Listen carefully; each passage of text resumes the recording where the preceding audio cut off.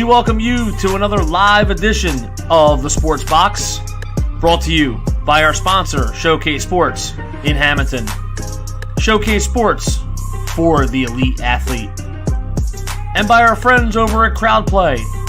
Download the free Crowdplay app today and check them out at www.crowdplayapp.com for details.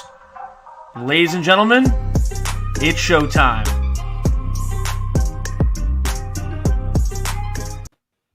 Well, good evening, ladies and gentlemen, and welcome to the show of shows, the one that top off your evening, the one that just makes you very, very happy, only on the Sports Box Network. Yes, that's true. I am Hamilton Mike Galetta, along with my partner in crime, the good-looking Brian, the Ranger Retard, and this is Highly Opinionated. Brian, hi. Hi, Michael. How are you? Oh, God. There's too much time in the day to talk about that. Anyway, so we got a great show for us tonight. As usual, great content. Got a guest tonight. You're going to love it. Multiple guests. Two. You're going to love it. Double your fun. Right. But first, before we get to that, we're going to say a little bit about our boys over at Crowdplay. Three things. One, Crowdplay. Check them out. Use code THEBOX at sign up. Get 10 free points. It's a lot of fun, but it's difficult. Mm-hmm. I'm still sitting at 10 points. I actually might be dropping 1 to 9 the way things are going. Nice. So nice. Check them out. Number 2, Showcase Sports in Hamilton. You are in the South Jersey area. They are your number one stop for any kind of athletic gear, Under Armour stuff. They are your spot. Let them know that we sent you. And of course, Dave Birnbaum, Remax Community, number 1 realty in all of New Jersey.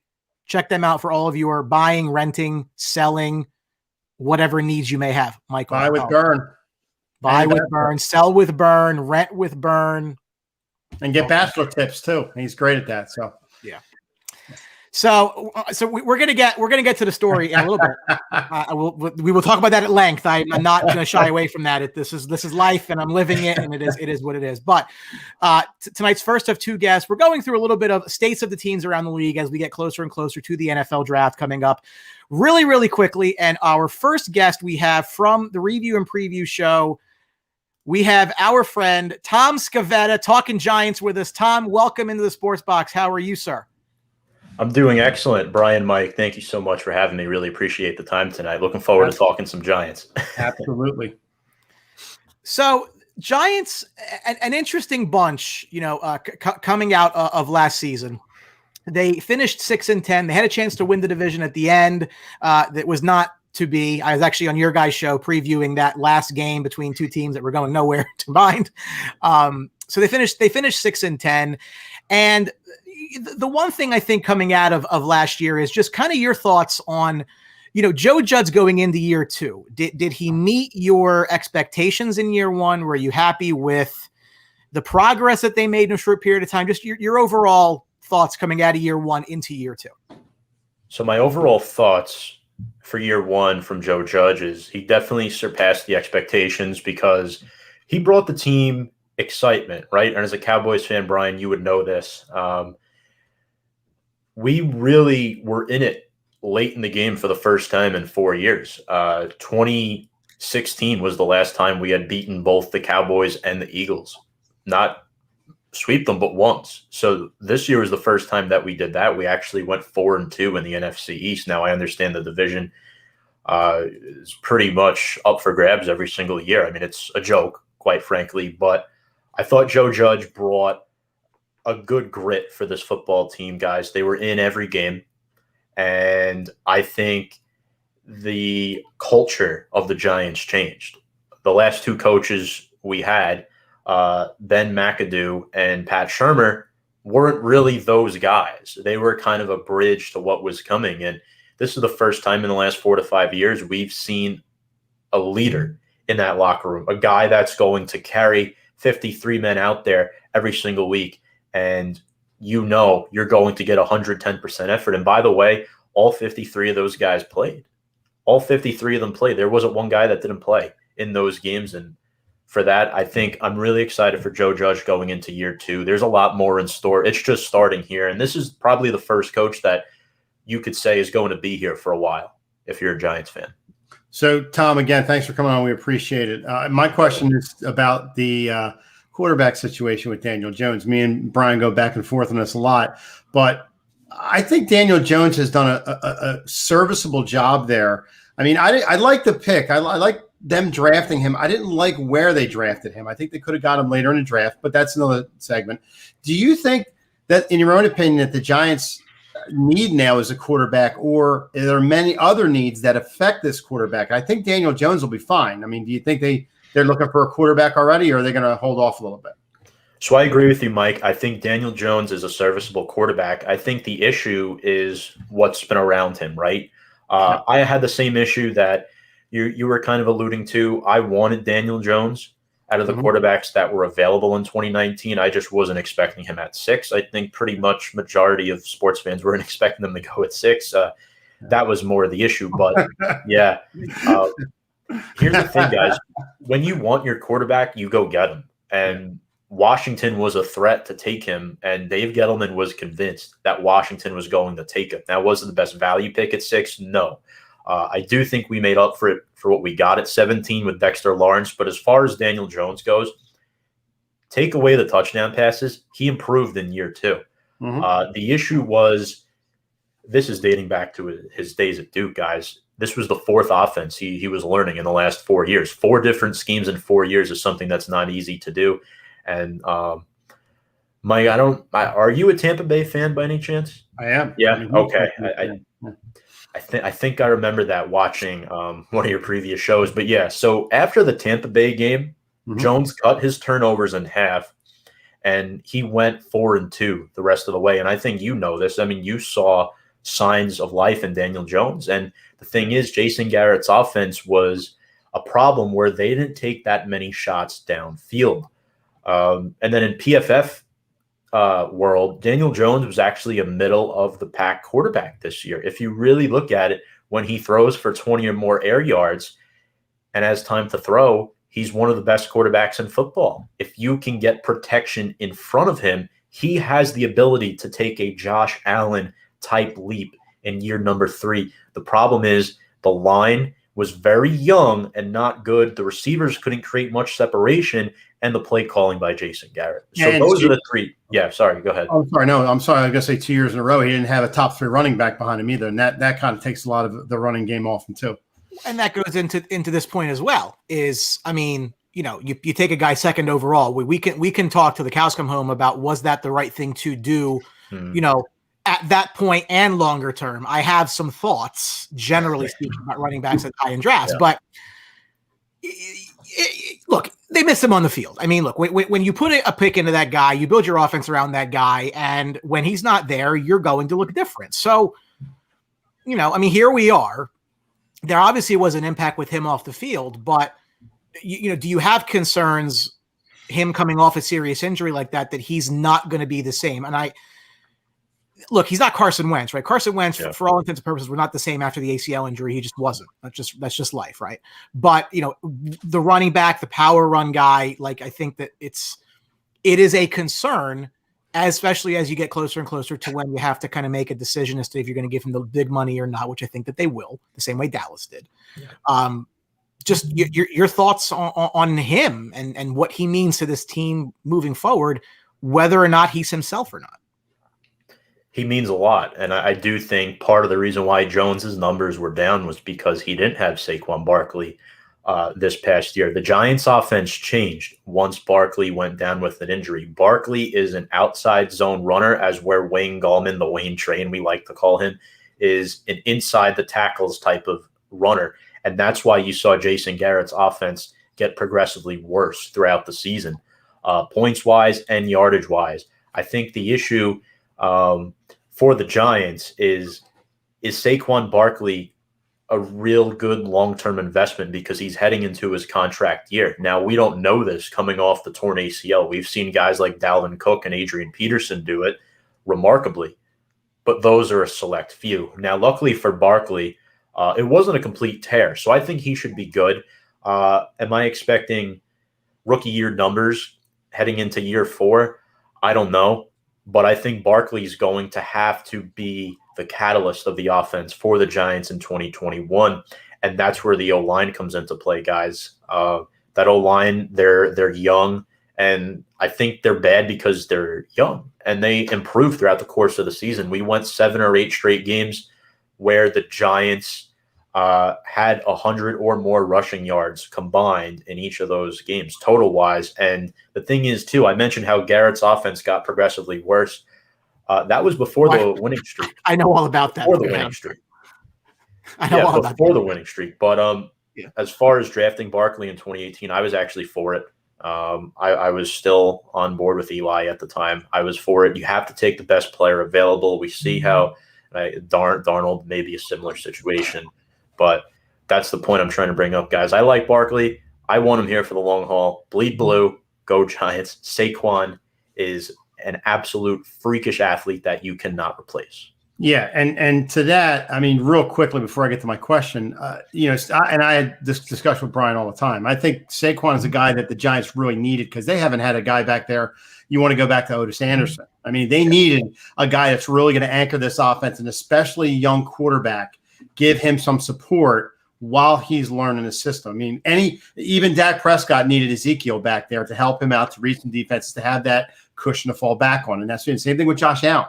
He needed somebody to fall back on, and he's got that in Buffalo. So, as Saquon goes, the Giants have to keep on to him and have to pay him what he needs, even regardless of the injury or not. But my question is more of the defensive side of the ball, Tom. I want to, at the end of the year, it looked like the Giants were going to make a little bit of headway and, move themselves, catapult themselves, to really new lengths. But their defense kind of dropped off a little bit. But what do you see with that defense? Their defense looked kind of average in the beginning of the year, but they started to come on near the end. What do you think their biggest deficiency is with this defense moving forward? So I think the biggest deficiency with the defense is, the biggest thing is we can't cover tight ends. Jason Witten torched this for years. A lot of people are quick to point out the edge rusher position, but people forget that we traded away Marcus Golden, and then Lorenzo Carter and O'Shane Ximenez, X-Man we call them, our two top edge rushers, both got hurt. So we were left with Kyler Fackrell and 6th round, 7th round picks. So I don't think that's the area we need to attack defensively.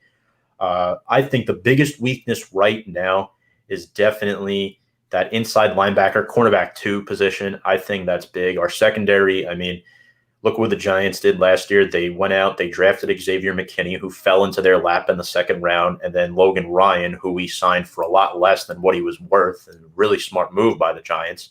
So to answer your question, I think inside linebacker and cornerback 2 are definitely 2 areas that I'd like to see the Giants address. One of the bigger questions for me, and we're going to get to obviously today's franchise tag, is their salary cap situation. I'm a numbers guy. I'm always fascinated by the way the cap works. And right now they find themselves, if the cap's at 180.5, which is the rumored number, they're 11.3 over. That's the 8th worst position of all teams in the league. Yep. The 2 names that stand out to me are Evan Ingram and Jabril Peppers. As they enter contract years, they would be $0 for the Giants to move away from. And we're still, waiting to launch on Evan Ingram. And I feel like we say this every year is like, this is the next guy.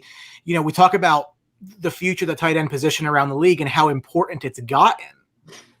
And this is a guy who was, very high pick in the draft. He has all the talent, but just does not ever seem to get the full package together. So do you see them possibly just ripping off the Band-Aid and moving on because they may not want to commit to him long-term, and therefore they can fix their salary cap situation semi-easily by just not bringing him back? Do you think it's at the point now? Because, I mean, I was very high on him going into last season, and he did not at all, reward my bullishness, to say the least. But are we entering the 9th inning here for him in New York? Well, it depends. So Joe Judge and Dave Gettleman actually had a press conference today where they answered questions, and Joe Judge was very high on Evan Ingram. We know he struggled last year. I'm not high on Evan Ingram, but again, I'm not with the team 24/7. If Evan Ingram was a volleyball player, he'd be outstanding. He was the kind of like a cause and effect scenario where he caused half of our interceptions this year. If Ingram catches that ball against Philadelphia, we're probably sitting here saying the Giants get whipped by Tampa Bay instead of Washington, right, in the first round of the playoffs. Mm-hmm. So it's a real interesting scenario when you talk about Evan Ingram. I would prefer to trade him. They're not going to release him. It's not going to happen. You need some type of value for Evan Ingram. We drafted him to be a red zone threat. He's been everything but that. A 1-touchdown Pro Bowl tight end, Absolutely not. Jabril Peppers, that would be silly. A lot of Giants fans have brought it up. I don't even know why we would entertain that, because Spicy Peppers had his best year of his career. He's a local kid from North Jersey. And I think he's definitely a key piece of that defense, where you definitely don't want to release him with the schemes that the Giants run. As far as the cap goes, right? Dalvin Tomlinson is a free agent. Now, once Leonard Williams, if they extend him, because they're not going to keep him on the tag, I'm almost certain they're probably going to extend him, his cap hit will come down. So that's big right there. The cap hit for this year will come down from $19.3 million. If you release Kevin Zeitler, you save $12 million, which I don't think is a smart move. I think you try to restructure him, get his salary down to $8 to $9 million. Nate Solder, you cut him, you free up, I think it's $6 to $6.5 million. He carries a $16.5 million cap hit. So I think you want to look at maybe releasing Nate Solder, restructure Kevin Zeitler, and you're probably going to have to look into restructuring James Bradbury, because he carries a big cap hit as well. As where that would be kind of easy. You just extend him. He's a $17.25 million cap hit in 2021. You can get his contract down somewhere to $11 million with a spot structure, and that's easy. You tell him, we're going to reward you with an extension. You just make less this year, but more in the coming years, plus bonuses and stuff. Martinez is another guy you could look at, but I would not cut either of those two players. I think the Giants did the right thing in tagging Leonard Williams, because using the cap, a long-term deal, like I said, would be far less than that 19.3, and this is the first step to that long-term deal, if that makes sense. So, like you said before, Tom, I am a Buccaneers fan, and the most miserable thing I've seen with the Buccaneers over the years until last year was their secondary, and they needed secondary help in the worst way. I've been praying for guys in the draft like Minka Fitzpatrick, Derwin James, and it's never come to fruition. You look at the Giants; they have 18 secondary guys on the roster currently, and 3 of those guys are 8 years or above. Very, very young secondary. They have a lot of guys that are rookies, got a lot of guys 1-2 years in the contract. Do you think the secondary needs a jolt in the arm, maybe to pick up a veteran guy to bring in to give some experience to them? Or do you think a lot of teams just let them play out and just let them feel their way around and get their lumps and move forward that way? So I think, as far as the Giants go, I think the secondary is pretty good. I think the thing is, they improved a lot. We were without Xavier McKinney for that first half of the season. That injury really hurt us, where Julian Love had to play, which you don't want to see that. I think McKinney and Darnay Holmes, both coming off their rookie seasons, were outstanding. Darnay Holmes made a name for himself in the slot. And I think you have veterans in Bradbury, Peppers, and Ryan, in my opinion, that can carry the load. I think those 3 guys, you can call them the dirty Jersey boys. They hit hard. They defend really well. I do think, Mike, the Giants should look at a guy. They should definitely consider Caleb Farley out of Virginia Tech and Patrick Surtain from Alabama. They should definitely consider them. But I don't necessarily think that the Giants have to reach for a number 2 corner if the chips don't fall into place. And what I'm saying is, I wouldn't be against, a guy like Darnay Holmes maybe shifting outside if that's what you have to do. But I definitely think the secondary can improve as long as those McKinney and Holmes draft picks pan out. I think we should be okay back there in the secondary. But I see where you're coming from too, where you want to bolster it and strengthen it for sure. Yep. And I guess that was my question too, is so, they're sitting there at the 10th overall pick. 11th. It is a, I'm sorry, go ahead. 11th. Oh, there's a Yeah. Hold. What the hell did I see? See, that's a shocker for me too, because we haven't been that low in a while. Yeah. It is number 11. I don't know why I thought it was 10. Because I mean, are you guys 10? We're 10. That's why. I'm 32. I'm 32. Thanks, Mike. Yeah, we know. Whatever. No, you are correct. We were 10. I forgot. I never mind. Okay. So I stand corrected. They're the 11th overall pick. Mhm. It is a receiver-heavy draft. As of right now, they've let Golden Tate know he's not coming back. So it leaves them with Slayton and Shepard on the outside. I like Slayton more than most. I actually like Shepard more than most too. So I don't know. I don't know if either of them can be a legit number one, and they really haven't had a legit number one since Odell was let go. Not that I disagree with the move. I thought it was fine. But that is, I guess, somewhat of a hole, especially if you want to see what Daniel Jones is longer term. So I don't dislike a secondary pick. I don't dislike an offensive line pick. I think they've done a really nice job of continuing to pad that to help Jones moving forward. Yeah. Where do you see them going in this draft? Where do you see them putting a valuable pick here at this juncture? Because I don't. I mean, there was talk that if they were top 5, could they go quarterback and move on? I mean, I don't know how true that ever really was, but obviously, new coach, sometimes that happens. Yeah. I don't think we're there at least with him, not right now. So, is it secondary? Is it O-line? Like, where do you see them focusing? It's definitely not going to be secondary, in my opinion. I think the biggest need at 11 is wide receiver, because I'm not confident. I think it would be silly for the Giants to go out and sign a number 1 wideout in free agency, because what the Giants should focus on is trying to retain Dalvin Tomlinson, which is going to be difficult for them to do. I don't think they're going to pull it off, but I think we have to draft a number 1 wide receiver, whether it's Waddle or Smith. You would hope one of them fall to number 11. I don't think Chase will, but I would like to draft a wide receiver. I wouldn't be shocked if they went with a guy like Rashawn Slater out of Northwestern. Obviously, the ideal pick that I would like to happen is Kyle Pitts out of Florida, but that's very unlikely. What I think the Giants should do is in free agency, go out and sign, whether it's a slot receiver or a tall receiver like Josh Reynolds, even as crazy as that might sound, and draft, because it's going to cost less money. Good team. You look at teams like the Packers, Patriots, and Steelers. Why are they good every year? They don't overspend in free agency. They build through the draft. Those really good teams build through the draft. The Giants need to wait it out. Let other teams see their cap space shrink. That's when players will come to you for less than what they're worth. And that's what the Giants did last year with Logan Ryan and Blake Martinez, and even James Bradbury, you could argue, because Martinez and Bradbury virtually got the same deal. So I don't think it's corner.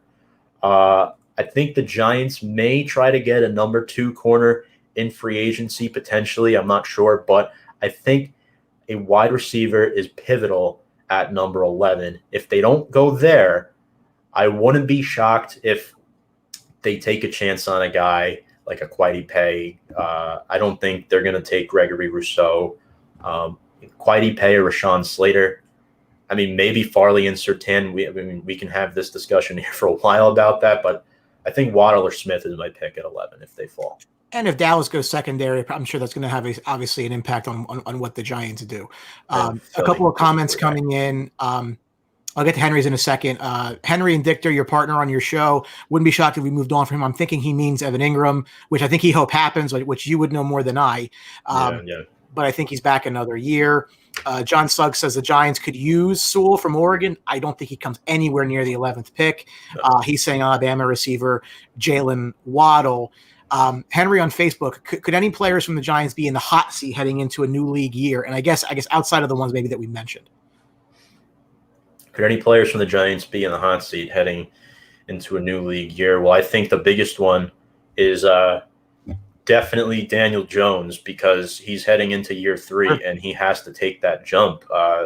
If Daniel Jones probably cuts his turnovers in half last year, the Giants win probably 2 to 3 more football games. I don't think it's that far-fetched. I predicted the Giants would finish 7-9, and they finished 6-10. They finished 1 under, and that's probably because of Daniel Jones. We were in the Tampa Bay game, we were in the Chicago game, we were in both Dallas games and both Philly games. So right then and there, if Daniel Jones focuses on his maturity and having time to look past his first read, then I think the Giants are probably in the playoffs last year. But that's a really good question by Henry. I think it starts with Daniel Jones. Lorenzo Carter is another guy, too. He has to step up. So, yeah, I think those two. So I don't think in some situations, I think sometimes teams move out of that spot just to maybe get a little bit of value and things like that. I don't think the Giants move at 11. I think they need to get somebody there. I had them taking Devontae Smith from Alabama. I think that the kid's a speedster, can make some plays for them if he's not there. And for whatever reason, Micah Parsons is still there. Yeah. I think that's a perfect fit to slide him in there because, like you said, they're having problems covering the tight end. And here's a kid from Penn State, not too far away, that can slide right in there and do the job.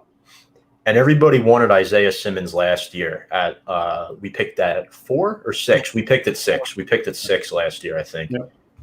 No, I'm sorry. We picked at 4. We picked at 6 in 2019. Yeah, we mentioned 6 before. So 6 and then 4, right? So we took Andrew Thomas instead of Isaiah Simmons. So that could be a good fit. Micah Parsons finally solve our covering tight end problems that we've had for the past 20 years.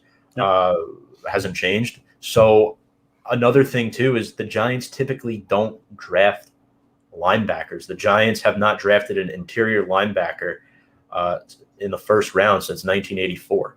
It's been that long. So do I think they're going to take Parsons? No. Would it be smart to do it? Absolutely, especially if all wide receivers are off the board. You may have actually just convinced me to use Parsons as a backup pick if there's no wide receivers there.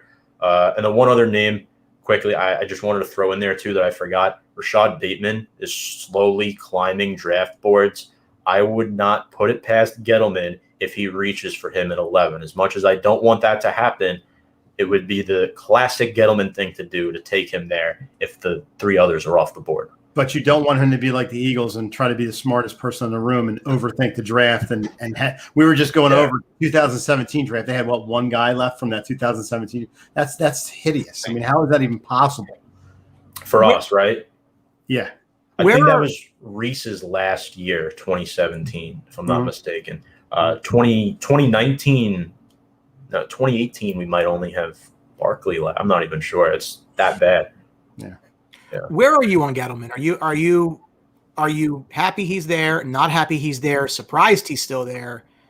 Where's Tom fall on that? I've been very optimistic about Gettleman. I'm actually pro Gettleman.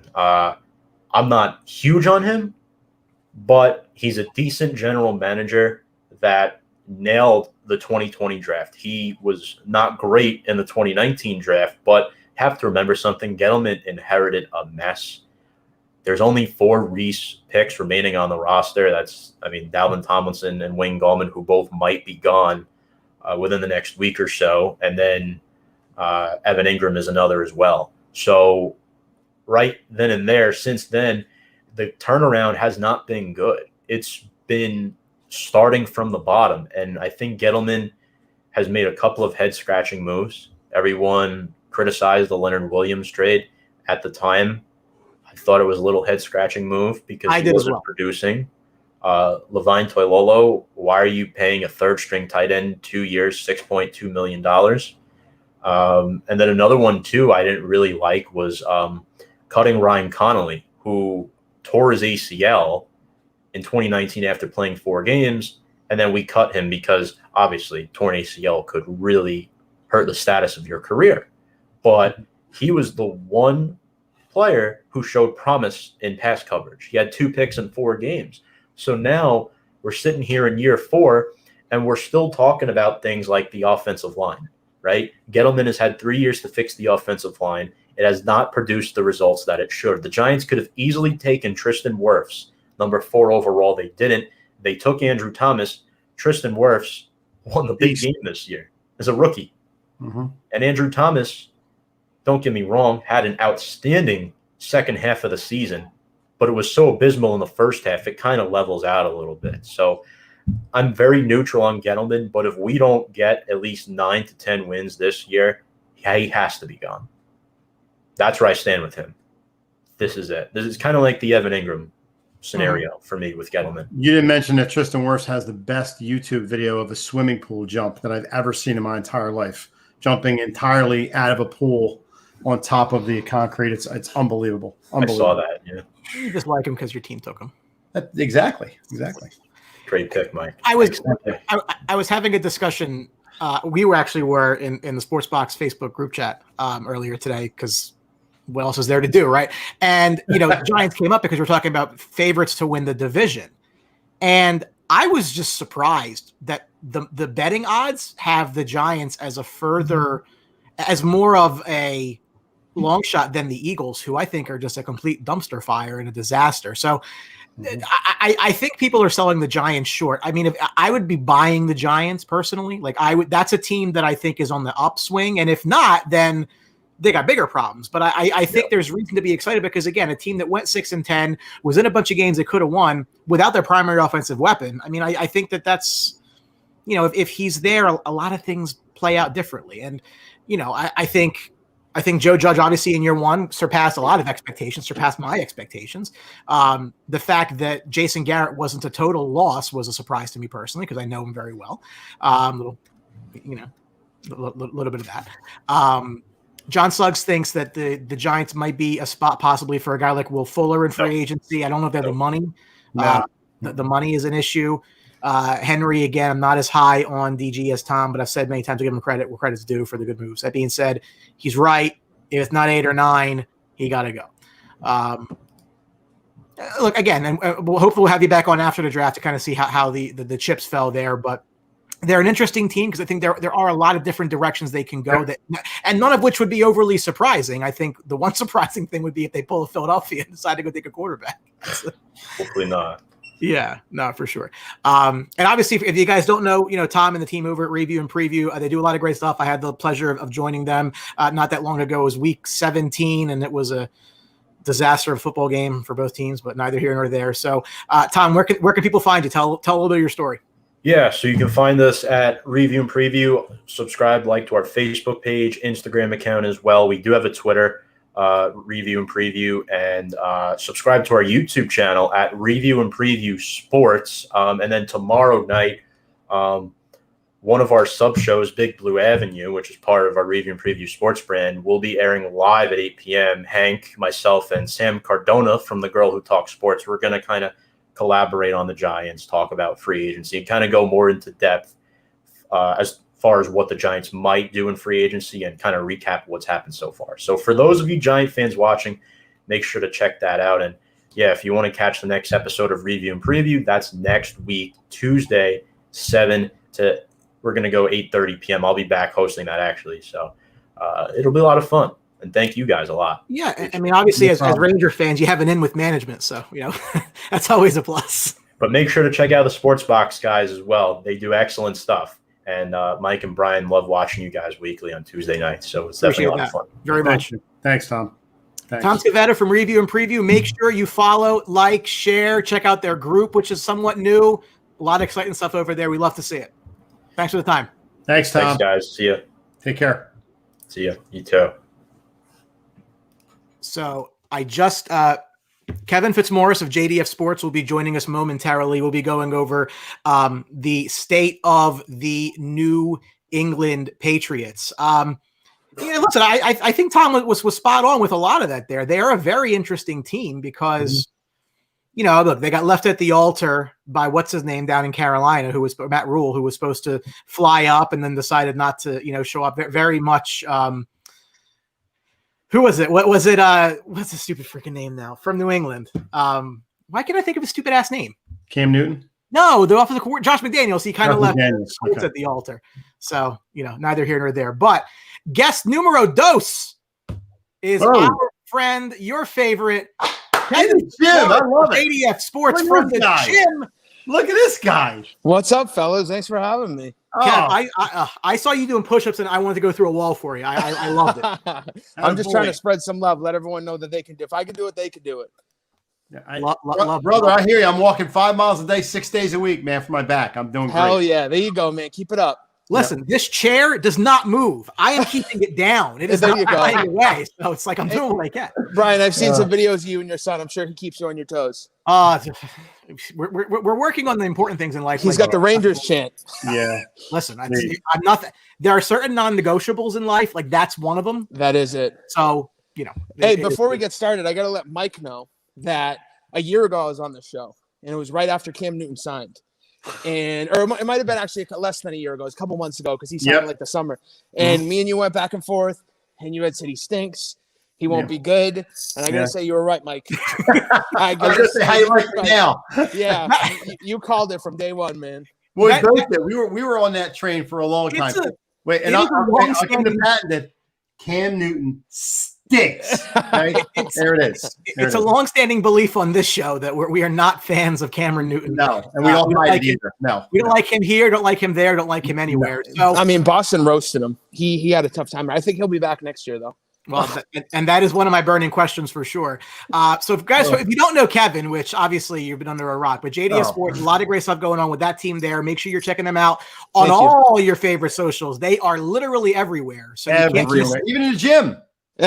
We're coming live from the gym. Yeah, listen, so my schedule was a little tight. So I was like, I got to get a workout in. And then I was like, I'm cutting it close. So I made sure I brought my headphones with me. I apologize for the quality when I'm in the gym with the headphones. I wish I was at the studio.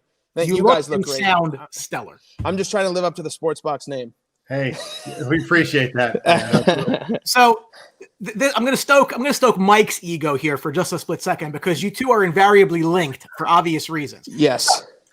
How did Tom winning in Tampa play up in Mass? Because we were on with Duffy and BT last night, and Brandon Taylor's from Massachusetts, and he said there are people calling for Bill's head, and I'm like, listen, that's a little. Let's just like pump the brakes there for 2 seconds. It's Bill Belichick.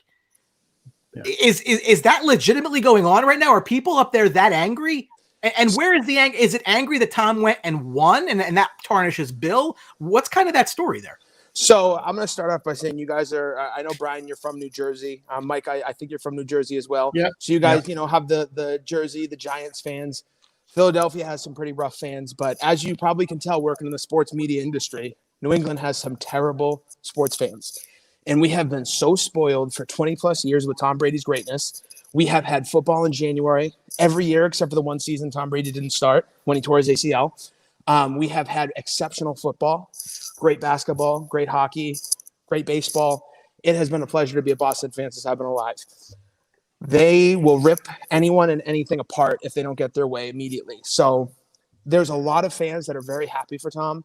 There's a lot of Buccaneers fans in Massachusetts now. They got the jerseys, they got the hats, and then there's the group of people that are, I actually got into an argument with a guy in the sports lounge who said that if you're from New England, you're happy that Tom Brady won, you're probably a bandwagon fan. And I went at him, I said, I'm not a bandwagon fan. I'm very happy for a guy that got me 20 years of happiness and was, just a pleasure to watch, and has, like I said, brought me football in January every year and has just been a delight. And now he goes to Tampa Bay, a great organization, and he gets to go down there and compete with some good players on a good team, play for one of my favorite coaches in Bruce Arians, and he had a ton of success. Boston is so split because they can't see someone else that's happy and successful that's not playing in a New England Patriots uniform. And there are people that are now saying, and I don't know if you guys saw, but I had done last week on the Fitz Lounge, I had done a big argument about Bill Belichick, and I got into it with a lot of different fans. And I posted a YouTube video about it, and I got an argument with a guy in the comments. People are now saying that Bill Belichick is overrated. They are saying that his great coaching schemes were played by Tom Brady's great football play. They have said that his general manager skills are atrocious. He doesn't know how to draft. He doesn't know how to build an organization. And I think it is absolutely ridiculous. This dude just got Trent Brown, who was a top offensive lineman for the Patriots, who got top dollar, though, after one season with the organization and went to Oakland at the time. And Bill just got him for practically nothing. This guy's a genius. Yeah, it's not. You can't lay that at Bill's feet. I will lay this on you, Kevin, because this has been a hot topic of the Sports Box for a long time. Now, when Tom signed with the Bucs, I didn't believe it at first, but when he signed here, I will go on record, and I've never shied away from it. I didn't like the signing only because a 43-year-old Tom Brady being in New England for 20 years, I didn't know what I was going to get with Tom Brady. I know he's great. He's the best quarterback of all time. I know that I've seen it. I just didn't know what I was going to get with him. So I wanted a guy like Herbert to come in and carry the team for a long period of time. Did I like the signing? I was fine with it, but I didn't know what I was going to get in Tom Brady. For him to step in at 43 years old and for a Buccaneers team to just have a quarterback change and be this good blew my mind. Now, Do you feel that I am just totally ridiculous with the Tom Brady logic, or Nope. Was I kind of hesitant to think that I have the right to do that? If so, I had gotten in a bunch of different debates with some JDF Sports guys, some guys in the sports lounge, that when Tom Brady signed, I didn't think it was going to work. I said the same exact thing. How is this guy who's played in the same system for 20 years going to turn a team that was just 8-8, that had a quarterback that threw the most touchdowns, the most interceptions? Yep. He's going to turn it around. There's a bunch of young guys. He's going to come in there year one and have success. And we saw it. The Packers game wasn't great. The that first Saints game wasn't great. There was a lot of tough Buccaneers games where Tom Brady struggled in the organization. The whole team itself struggled. Defense showed some holes. But this is what Tom does. Yeah. He is the Patriot way. Time back there, he just destroys people, and they gave him time with the drafting of Tristan Wirfs. I mean, that helped him out immensely. Yeah. And Ray Lewis had said it best one time when they did the NFL Top 100, and Brady was number one. I can't remember what year it was. Ray Lewis came out and said about Tom Brady, and I always remember this: it's a game of checkers to him, or no, it's a game of chess, football. Mm-hmm. But with Tom Brady, if you give it away too early, it becomes checkers. And that's exactly how he plays football. Yeah. He's just going to pick his spots. That Chiefs Super Bowl, Pat Mahomes gave it everything he could. And Brady that defense played out of their mind. Antonio Winfield, Jason Pierre-Paul, Devin White is the future. Yeah. And Levante David just got his 2-year deal today, but well-deserved. They're working on Shaq now. They're working on Barrett next. So, 100%. So they just have a very good defense. Yep. The offense played a part. Antonio keeping his mouth shut all season. You didn't hear about it in the media. He kept his nose down. He worked to play football. Rob did what was asked of him. Mike Evans, we're not used to seeing Mike Evans play the role he played. Still a 1,000-yard receiver, but this is a guy that has multiple times stepped up and been one of the top guys in the league. And there was games where he had to take a step back. Chris Godwin, same thing. So, to go back what you guys were talking about, up here it's been split. But there's a lot more fans that are happy for Tom, and they wanted to see him win, and we were all rooting for him. And right before the Super Bowl, the stores were just as filled like the Patriots were in it. Everyone's getting ready for their parties, But Bill Belichick, a lot of people are now starting to call for his head. And it's crazy to me. Like, there are people that say, what players has he ever brought in? He doesn't have to do that. Well, so here's my take on that, and if it actually goes into my next question here, which is about Stephon Gilmore, is you think of the guys who have left New England, who were good there, went somewhere else, were absolute dog shit, came back to New England and were great again, or guys that have been crap elsewhere, come to New England and they're household names. And like, that doesn't hold water to me. Like, if that were the case, if your coaching is so overrated and Tom Brady's not running your defense. So that to me makes no sense. And there's a lot of talk about Stephon Gilmore. Will he be traded? Will he be going somewhere else? And Malcolm Butler, a former name that you know very well, was released today by Kyle Van Noy, by Tennessee, Kyle Van Noy as well. So there's a history of guys that leave the Patriot way, go elsewhere, and don't know how to play football anymore, but seem to be functional with apparently an overrated head coach. So that holds no water. Here's my whole take. What did Chris Hogan ever do? Chris Hogan was a nobody in almost every organization he played in. He comes to New England. He was like an 800-yard, 900-yard receiver. He caught big game touchdowns. He played well in Super Bowls. I mean, we've seen Brandon LaFell was the same way. Jabal Sheard, Dion Lewis, Deron Harmon, Jabbar Gaffney, Jamie Collins. Ask Eagle fans about Patrick Chung. Patrick Chung, I was going to say Patrick Chung made the Pro Bowl twice with Patriots coming back. Then he went to Philly. Then he came back and played well again. Yeah. Bill knows what he's doing. We draft these guys and people are like, what is he doing? Kyle Duggar. This dude is a monster. It's big body safety. Played well in the Senior Bowl. Wasn't really talking about him. The Patriots take him in the second round. He plays phenomenally this year as a rookie. Really stepped up.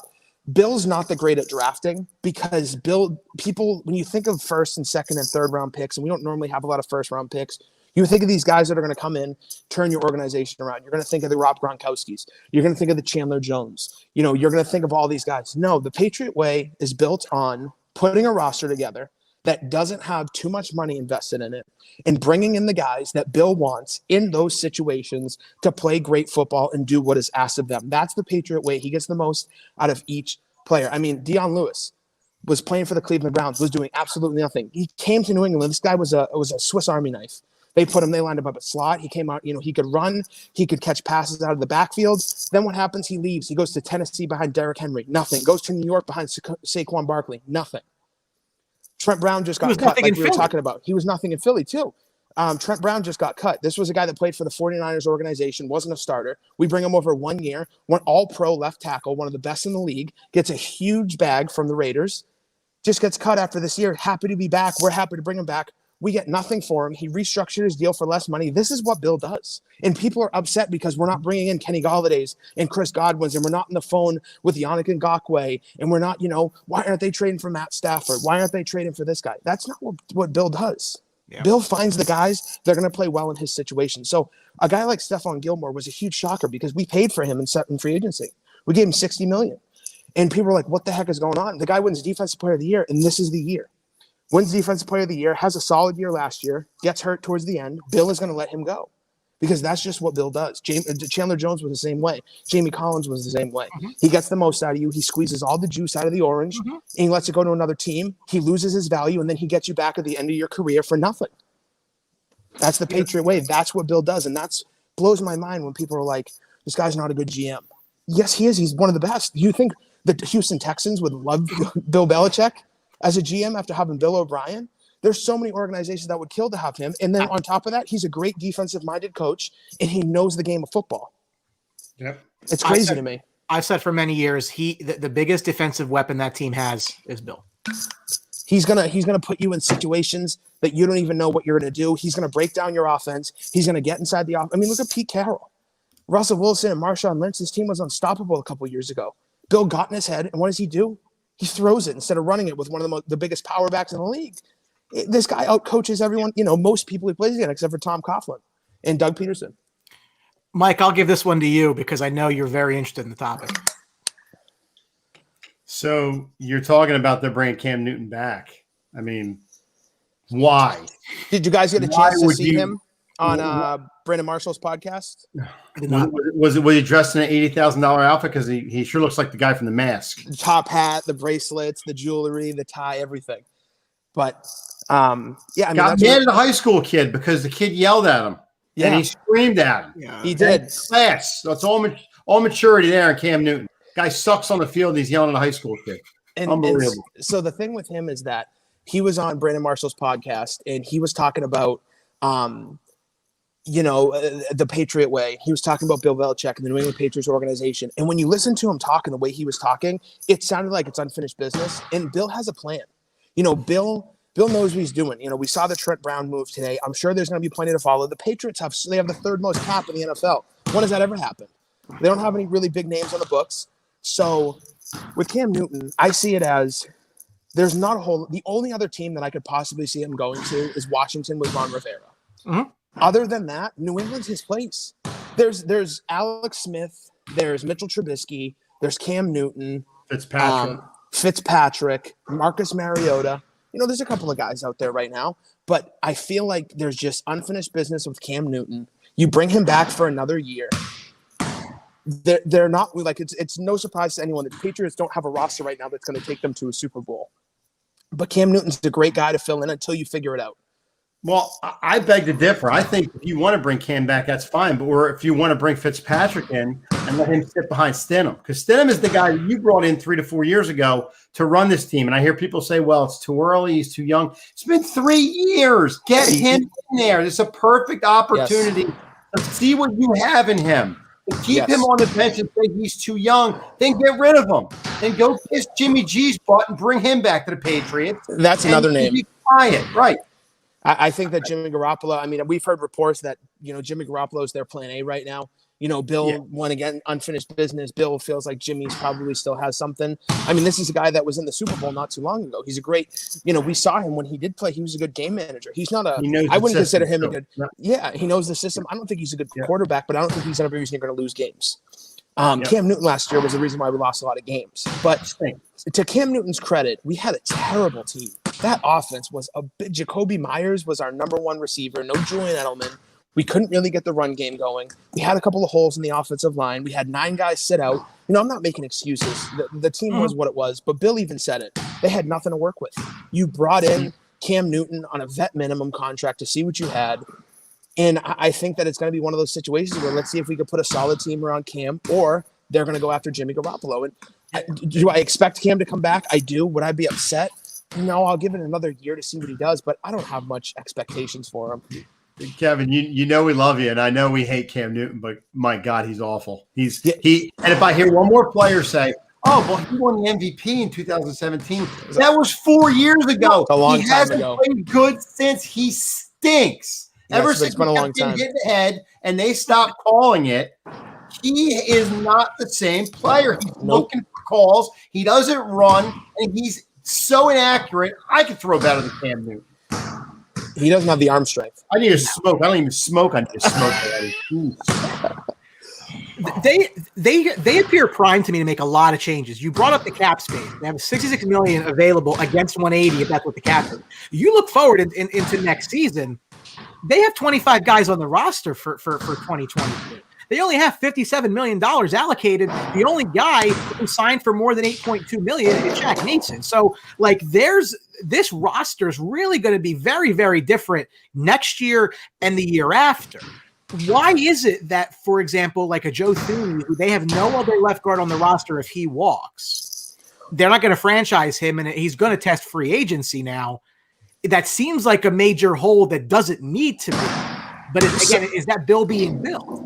I think we brought in Trent Brown for the contract we wanted. We moved Isaiah Wynn, who played very well and played guard at college for Georgia. Move Isaiah Wynn either over to guard or to right tackle, where Marcus Cannon played for a while. You have Shaq Mason, and then you have that rookie Awani, I believe his last name is, who played very, very well last year. And you hope you can bring back David Andrews, who we also didn't franchise tag, our center. So, it would really stink to lose Joe Thuney, but I think that Bill, he's going to look at some guys in the draft. He's got a solid 5 if they can move Isaiah Wynn around, and move some of those pieces. So right now we sit here and we look at the Patriots organization, and I look at all the teams aside from Tom Brady, Julian Edelman, Rob Gronkowski, they've switched, and Devin McCourty in a Hightower for a decent amount of time. They've really switched a lot of these guys. The thing over the past 20 years that's been consistent is Bill and Tom. This is what they do. They bring guys in, they get the most out of them. When they're at their highest value, Bill lets them go. He moves on, he picks someone else. He'll pick a couple of special players that stay within the organization that, he keeps for the length of their career. But when it boils down to it, he's going to go and he's going to make the roster how he wants. And exactly like you said, Brian, there's going to be a lot of turnover. There's going to be a ton of new faces. We have guys like Kyle Duggar and Chase Winovich who are playing really well on the defensive side of the ball, and Juwan Bentley. And, we had Jacoby Myers, who is a good receiver as possibly your second or third option. We don't have a tight end. Hunter Henry just got, unfranchised tag today. That'd be a name I'd love to see, but I could see a guy like Kyle Rudolph coming and playing for us next year. Jonnu Smith. Jonnu Smith, a very athletic, big-bodied tight end. So my question to you, Kevin, is I think the Patriots do it right because they hit on 4, 5, and 6, and those guys stay the distance, and that's really the difference to me is the guys that aren't supposed to be on your roster stay on this roster. So my question to you is, in 2021, is this going to be, as a crazy year as it is this going to be the first year, and I can't remember when, the Patriots keep the first round pick and draft somebody at 15, or do they do the norm, move out of that slot, get maybe 2 or 3 or 4 or 5 picks, and make those picks stick again? And just the comment here is that Dan Bakley thinks that Kyle Trask is in. I would love that. That's my boy. That's my boy this year. That's my boy. I can't see the Patriots moving up, and I can't see them drafting at 15. I have a feeling that Bill's going to go and turn that into a second and a fifth rounder, or a third and a fourth, whatever he's going to go and get for the 15 overall. I don't see him. There's reports that he's looking at Trevor Lawrence. He's looking at Zach Wilson and Trey Lance. Yeah, me Matt too. Jones. Yeah, everyone sees it. And there's also reports of Jimmy G, and there's also reports they're getting ready for Deshaun Watson. Nobody knows what Bill's up to. But I can tell you this much. Based off of 6 of the past years, I don't see them drafting at 15. If they move down to the the bottom of the first round somewhere, or even the top of the second, that is a perfect opportunity to get Trask, who Brian can admit to this. 2 years ago, I said Josh Allen was going to be the guy coming out of Wyoming. Is going to be the guy. And then last year was going to be Herbert. I love this kid. He's a smart kid. He's got an arm. He's got to pick up to the speed of the game. But in a Florida offense that's pro set ready, this kid's going to be a beast. I think he's going to be a really good player, no matter where he goes. He definitely has, he definitely showed flashes, and he's not getting talked about enough. Everyone's focused on Wilson and obviously on Lawrence, and then Mac Jones is getting some love, and Trey Lance is now getting some love with his athletic ability to run as well as to throw. But they could go quarterback this year. They could also whiff on quarterback and go next year. We don't know.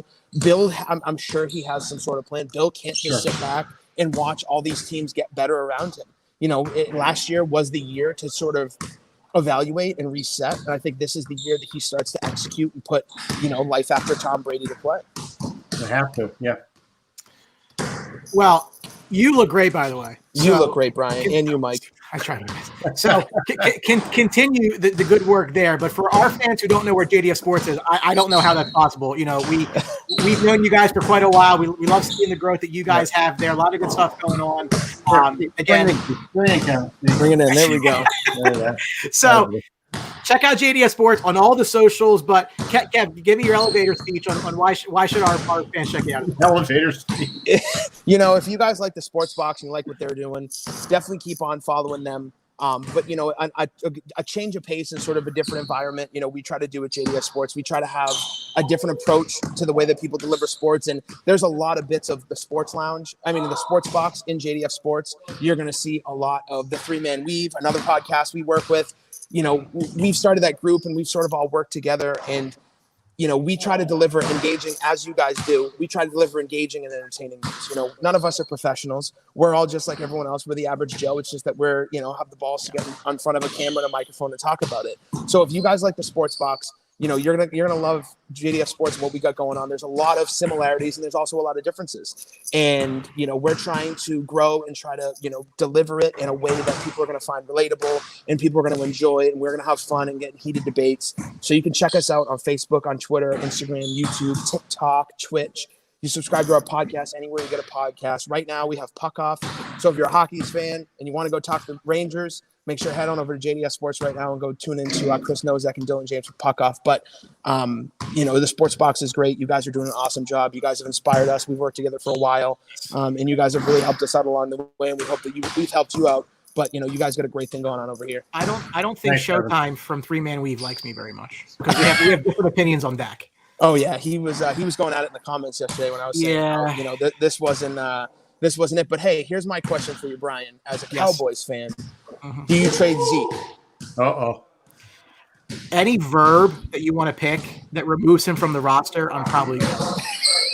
I think it's time. Do you want to cut him, trade him, shoot him? Any of these verbs probably fit the bill. Well, Dak's your quarterback now, so I guess you got to get used to it. I can't even tell you how happy I am that that's the case.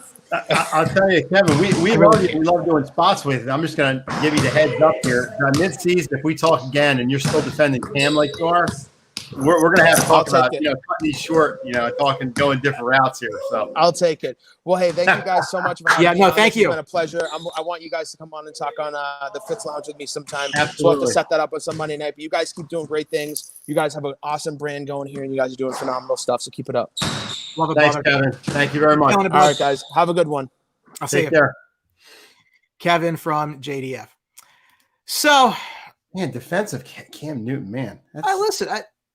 I know you like the Patriots and all, but man, I'm not a hard argument. I'm not a Cam guy. You're not a Cam guy. It is what it is. So as we have a little bit of time left, there's a couple of things I want to go over, obviously, it's the elephant in the room. Oh God, here it comes. Dallas Cowboys signed quarterback Dak Prescott to a 4-year, $160 million deal. $126 million of that's guaranteed. There is a no trade clause. There is a no tag clause. $75 million in American currency in year one. His $40 million average is second behind Patrick Mahomes and just ahead of Deshaun Watson. So, Brian, he had an MVP season last year. Oh, wait a minute. He got hurt. Oh, I'm sorry. So, look, Wow. You watch the show for the last couple of years. My thoughts here. On the contract itself, right? Mm-hmm. If you actually look at forget everything else. If you look at the contract itself, I don't think they could have got a better contract done as a contract, right? So it's actually a 6-year deal, 2 of those years at the end are voidable. Right. So it does bring the cap down quite a bit. And I think that there's 2 void years because it allows them to restructure it next year to bring the number down next year, prorate that over the remaining 4. And all that guaranteed money is just to kind of knock it down off the cap so they don't get destroyed on it. Yeah. The cap number for next year, if they restructure, they're going to convert $18 million of salary into bonus. They prorate it over 5 years. It brings the number down further. We're gonna have to restructure him next year. It's a $22 million number for next year, which is $15 million less than the franchise tag number. So I understand that. Mm-hmm. Either side can get out before 2024. So that's good for the Cowboys because they have some protection. It's good for Dak because he can rip it up and say, hey, I've outperformed this. I want more money and get to it a year early. Yeah. As of right now, 2023, there's a $44.2 million cap hit, which can go higher if they restructure in 2022. So figure that out. Again, yes, they probably put themselves in a situation by not doing it earlier. The contract is the contract. I just don't think the player is worth it. And I'm not going, and I would love nothing more than to be very, very horribly wrong about that, because that would mean that they win something. I've always felt he was a passenger. Again, I look at the roster around him, especially on the offense, with that running back, with that offensive line, and continually improving receivers. And I think to myself, like, dude, you have every advantage possible. Like, you should be putting up Mahomes' numbers because you're that good, not because your defense sucks dick, and then you have to throw 40, 50 times a game, because that's where your numbers are coming from. So how they make this work, I don't really know. To me, Mike, they are banking on this salary cap shooting way up in 2023 as a result of new TV deals. And if anybody knows, it's probably Jerry. So this thing's on a collision course with all the contracts they have out there. I mean, they've paid everybody. The whole team up. I mean, well, so to Kev's point, so Elliott and Cooper are the 2 primary guys who you can find your way out of to clear out some money. After this year, they would provide savings on both of them if they were to get cut. This is the last year of Zeke's guaranteed money. After this year, it's just under $11 million the rest of the way. You can eat that if you need to. For Cooper, this is the end of his guaranteed money. It's just $6 million in bonus after this year that you can eat. Michael Gallup's into a contract year. So they've structured it, I think, to do something in the next 2 years, because by year 3, A, your cap needs to go up, but B, I don't know that Cooper or Zeke are still here, and I'm fine with both of them moving on. I don't discount that. But I say that to say all of this. He's getting paid like he's Pat Mahomes. The dude is not Pat Mahomes. The dude is not Deshaun Watson. The dude is not Russell Wilson. These are guys who carry their teams. I would very happily pay Deshaun Watson this contract. I would pay Russell Wilson this contract. I would absolutely pay Mahomes this contract. But this idea that, it sets the market, listen, just because you need to buy a car don't mean you go pay Maserati prices for a Ford Explorer, okay? Let's just call it what it is. Like, they put themselves into a corner. I'm not going to dispute that. But, like, at some point, you say, listen, this isn't going to work. Now, you're behind the 8 ball. And I don't want to hear any more excuses for this guy. If they don't win now, it is squarely on him. Well, coming off a major injury, too. I mean, you got to put that in the equation. Major injury. I mean, the guy didn't play half the season last year. I mean, it's why Dallas dropped off the way they did. I thought he was going to get paid. I said that to you before. I thought Jerry Jones was going to give this guy the money that I didn't think he was going to get that much money. But, I mean, I guess that's the way NFL, the quarterbacks get paid now. It's crazy. He's behind Mahomes. Like you said, he didn't do, to me, but right behind Mahomes to get that kind of money. But again, you got to worry about coming off the injury. I mean, that's a major injury he had. It wasn't just a small thing. It was a major thing. And if he comes back and is the same guy, okay, you better put up some damn good numbers because he's on the hook for all this money now. So I just can't get off this. I'm going to stay with this. I really think that we as a fan base of football have equated fantasy football success to on the field success. Mm-hmm. And I just don't think that these two are the same. And yeah, Dak Prescott might be giving you great numbers, but like the more he's done, the worse they've been. So then I was talking to a friend of mine, Jason, on my personal, when I quoted our story and said, "Hello, darkness, my old friend." And basically what he said was, well, if they start doing play action, get the ball out of his hands. And I'm like, Jason, why am I giving a guy $40 million to get the ball out of his hands? What's in it for me? Like, why am I giving you all this money if my offensive game plan is to have you not do anything? Yeah. Makes no sense. And then I got Pete and OTB, join Outside the Box, by the way, our sports discussion group, saying, well, what was your other alternative? I don't really have one, but that doesn't mean I have to go pay through the nose for an average quarterback. And I love the guys, well, look at the statistics. Okay. Well, if you throw the ball 45 times, you're probably going to get a lot of yards. The other option, I guess, is to go hard for Russell Wilson, but I don't know what you would think, Again, it is my personal opinion that this guy cannot win. I would be over the moon, excited, thrilled, wetting my pants if I was wrong. I would be very, very happy. And I'm wrong all the time, so maybe I'm wrong about this. But I don't see it.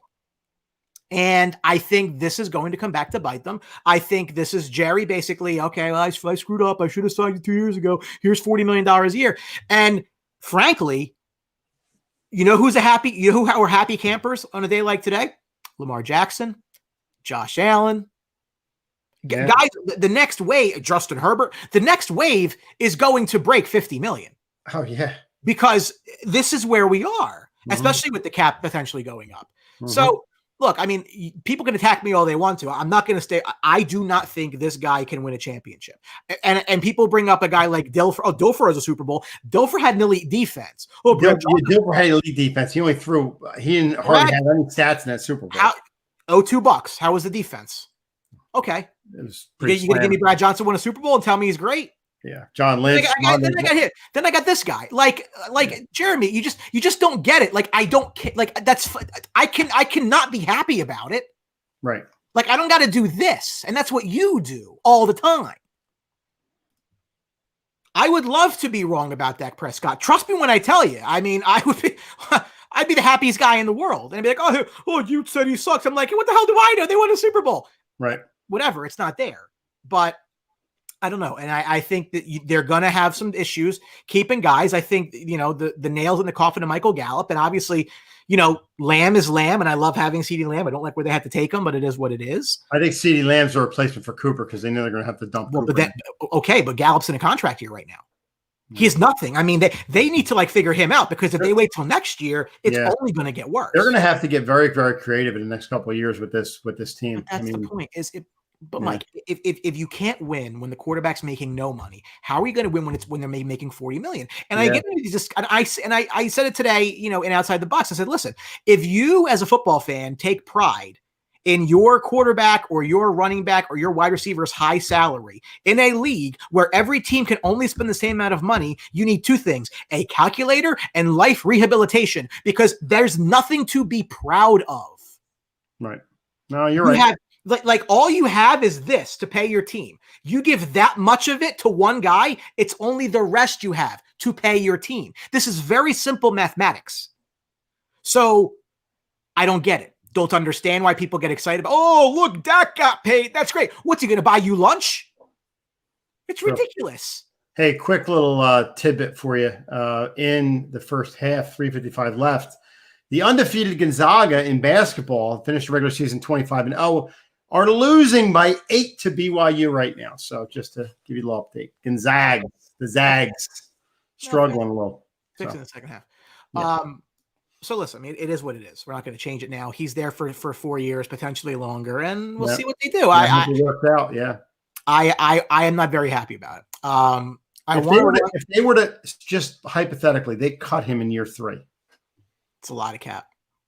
Their out is after year 3. There are 3 years on this deal, no matter what. Yeah, that's going to be the cutoff. I think 3 years. He can't get it done 3 years. They got to cut ties. But okay, and you bring up an interesting point. So 3 years in, he plays pretty decent. He can say, okay, I want another one. Yeah. Well, at that point, you got to decide: is that the route you're going, or are you going to try something different? I thought we had that decision already. So I am not bullish. I am not bullish. Hope to be wrong. That's where I am. 10 guys got tagged today. I just want to go through them real quick.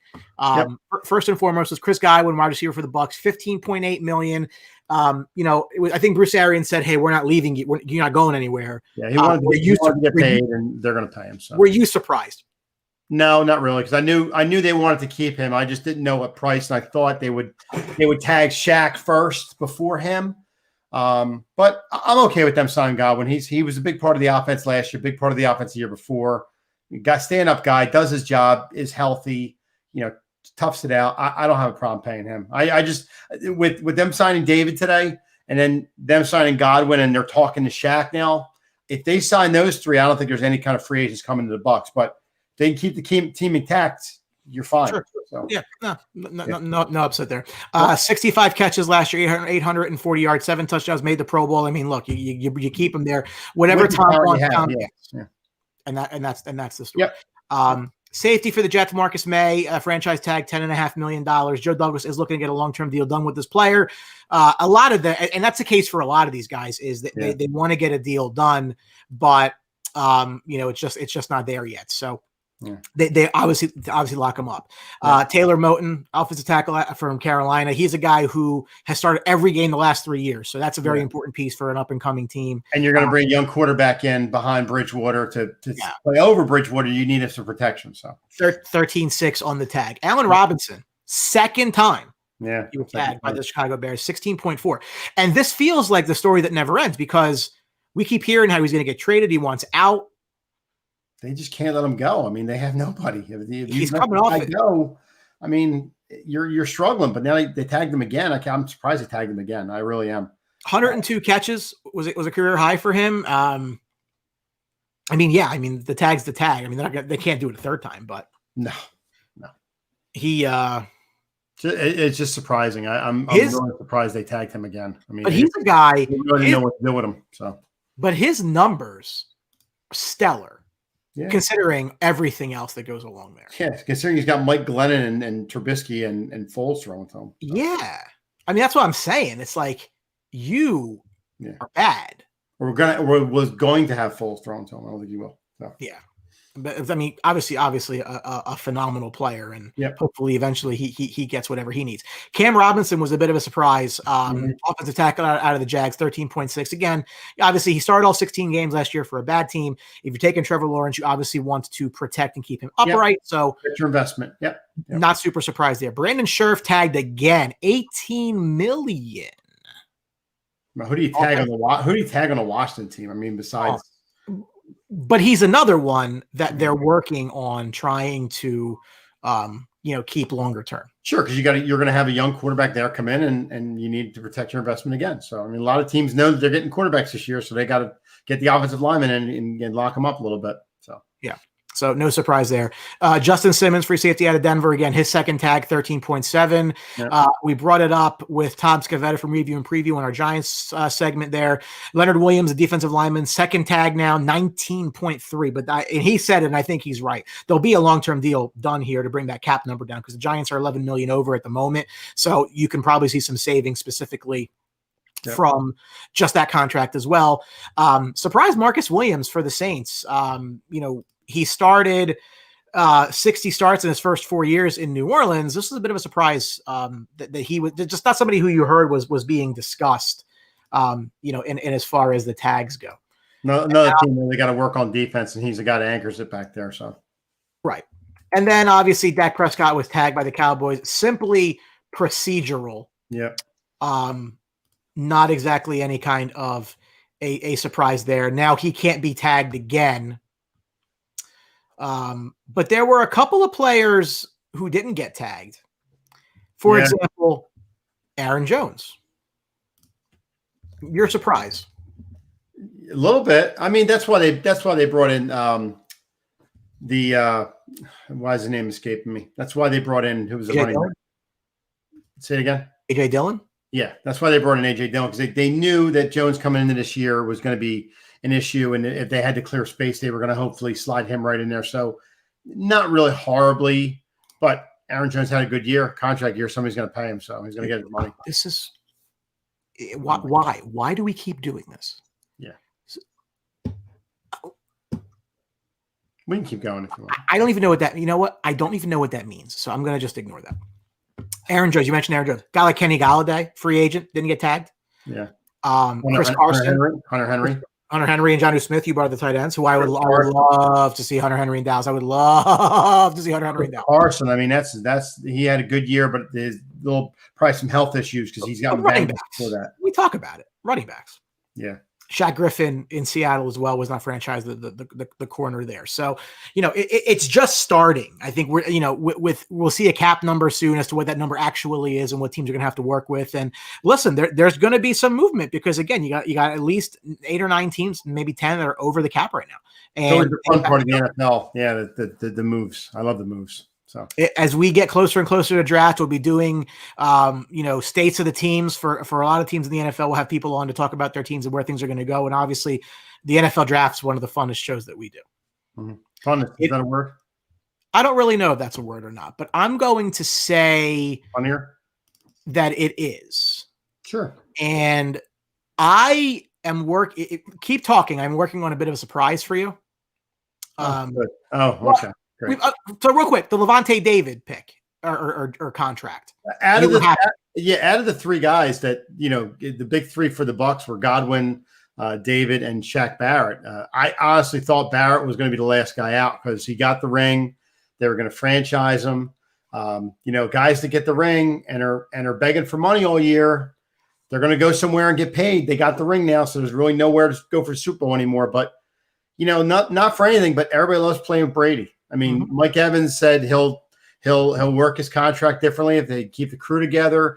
Gronkowski said he'll do something different. He'll rework his deal if they need to. Ali Marpet said the same thing. I mean, these guys are millionaires, obviously, and this is their livelihood. They're supposed to get what they can get. Are taking less money to play with this kind of guy. I mean, it's unbelievable to me that there's such an outcry of, okay, what do you need us to do?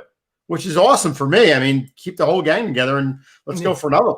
But listen, Mike, it wasn't always, peaches and cream, sunshine and lollipops for you with the Buccaneers. No. And I have a clip to summarize what that was like for you as we go back in time to the night, the infamous night. The Vita Vea pick. The Vita Vea pick. So the Sports Box presents Michael.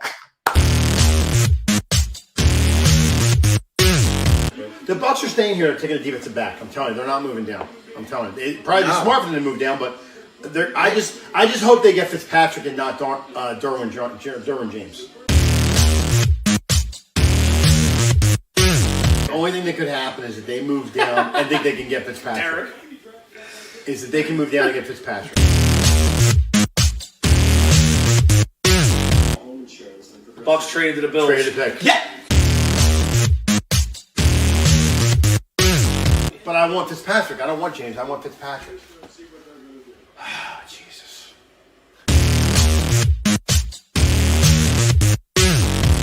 Edmonds. Damn it! And you have a live reaction from the Bucs fan. Manny, 1 pick away. You kidding me?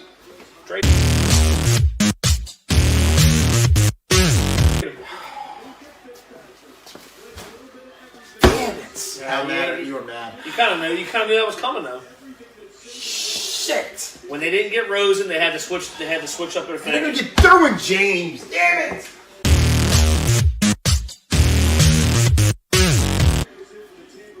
Dude, listen. They're There's taking somebody the with a deep parrot hat on.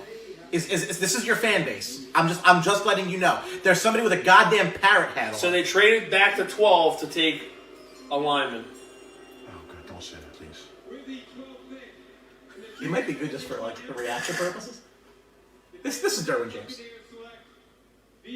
Whoa! Look at him! Wow! Dude. Oh my God! Oh, my God. Wait, we already broke 6 chairs, so that might be Oh, my another one. God. Are you kidding me? Oh, my God. Yo, I'm fire! Yo, man, says fire the cannons. That's what Paul says. Oh, my God. Fire the cannons. Oh, my God. I can't. He's happy. At least he's happy. He's playing for him. Oh my God! He's kind of off camera right now. Look, He's really not happy. Call it what it is. He's still the best D tackle in the draft. I mean, you can say. Yeah. Are you all right? Good? You okay? He's so mad. Why are you mad? They got the worst secondary in the league. They got two guys there sitting there. They weren't going to give his back. You got to get Derwin James. You know, I'm going to start changing. Let's see. I'm going to have to change allegiance soon. I can't deal with this anymore.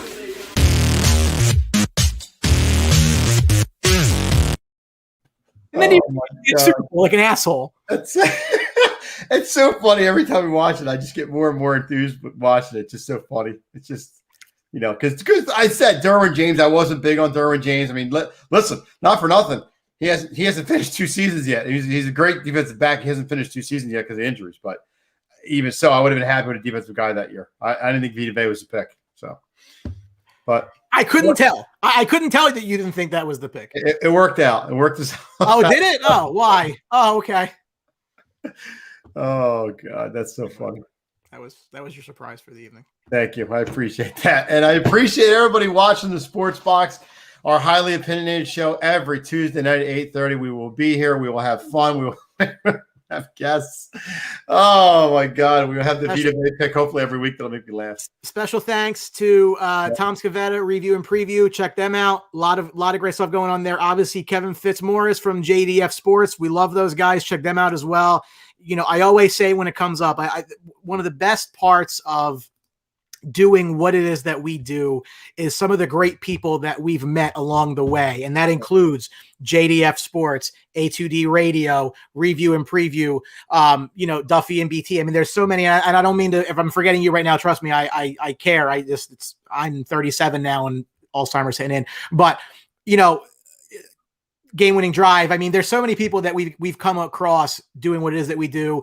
And as our team has grown from the 2 of us to the 4 of us to the 8 of us to now the 20 of us, it's just been a wild ride. It's a lot of fun. We're going to keep going with it. Keep rocking with us. If I can quote Kev, it's keep rocking with us for things just like that. And maybe Mike might kill someone during the draft this year. I don't know. Maybe he's calm now because his team won. I don't know. It remains to be seen. Yeah, at the end of the draft, I don't think I'll be that exuberantly flipping out. You never know. We could have another moment. So, but of course, our boys over at Showcase Sports in Hamilton. Make sure you're stopping in there for the Elite Athlete. Check them out. Dave Birnbaum, buy, sell, or rent with Dave in the Remax community, and of course, Crowdplay. Make sure you're signing up with the code name of the box for 10 points.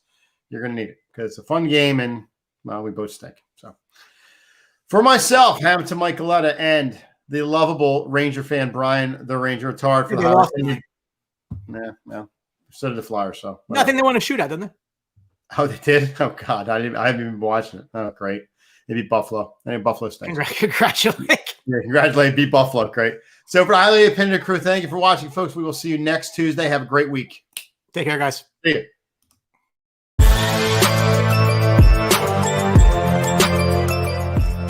Thank you for watching this episode of the Highly Opinionated Show on the Sports Box. Please remember to follow us on all of our social media outlets. On Facebook at Sportsbox Show, Twitter at Sportsbox Show, Instagram at The Sportsbox Show. Find us on YouTube and join Outside the Box, our Facebook sports discussion group. The Sports Box is brought to you by our sponsor, Showcase Sports in Hamilton. Showcase Sports for the elite athlete. And also our friends over at Crowdplay.